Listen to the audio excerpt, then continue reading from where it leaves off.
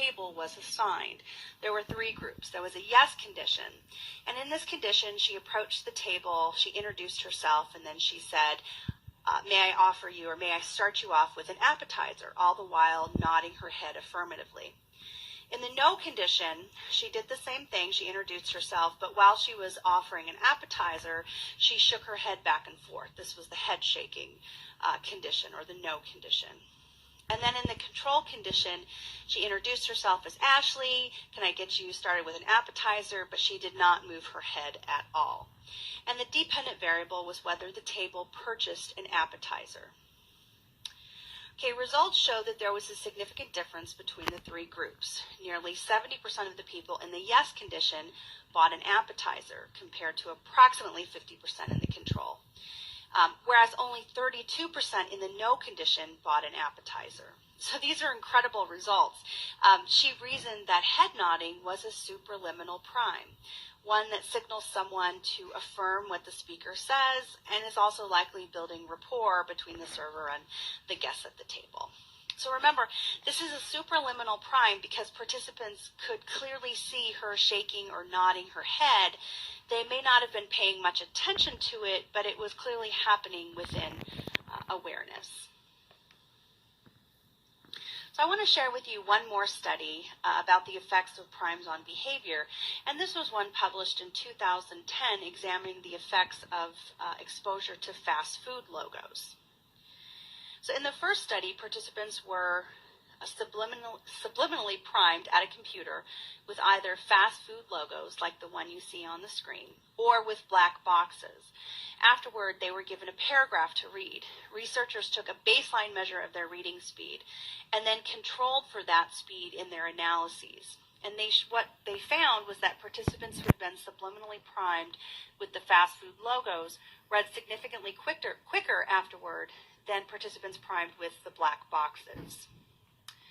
In a second study, they used a supraliminal prime.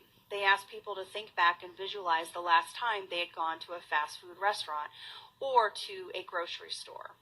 Those participants who thought about going to a fast food restaurant later showed a preference for what they were calling time-saving products compared to the people who were thinking about going grocery shopping. The funny thing is that some of the products didn't or wouldn't actually really save you time, but perhaps are maybe assumed to be time-saving. So some of the products were a high-efficiency detergent. Again, I'm not sure that saves you any time. A multi-slice toaster instead of single-slice toaster, and a 2-in-1 shampoo instead of separate shampoo and conditioners. So the authors summarized their results by saying, it is possible that a fast food culture that extols saving time not only changes the way people eat, but also fundamentally alters the way they experience events. Activities that used to be orthogonal or unrelated to time concerns, like leisure, are now experienced through the colored glasses of impatience. It is an open question whether fast food in part caused this culture or is merely a consequence of it. What we can infer from our studies, however, is that exposure to fast food and related symbols reinforces an emphasis on impatience and instant gratification, and that fast food can have a far broader impact on individuals' behaviors and choices than previously thought. Okay, so in sum, this material on priming was a means of introducing you to dual process models, to the idea that there is dual processing of information that's in our environment. Some of that processing is automatic, some of it is controlled. So we have subliminal priming, that would be an example of implicit processing, and supraliminal priming would be an example of explicit processing. When we apply these ideas to attitudes, we see that there are 2 forms of attitudes.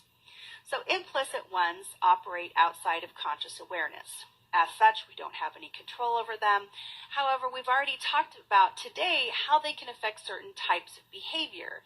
So ones that are quick don't require much thought, like making eye contact, social distance, smiling at someone. Explicit attitudes are ones that operate within conscious awareness, and you have the most control, and you have control over them.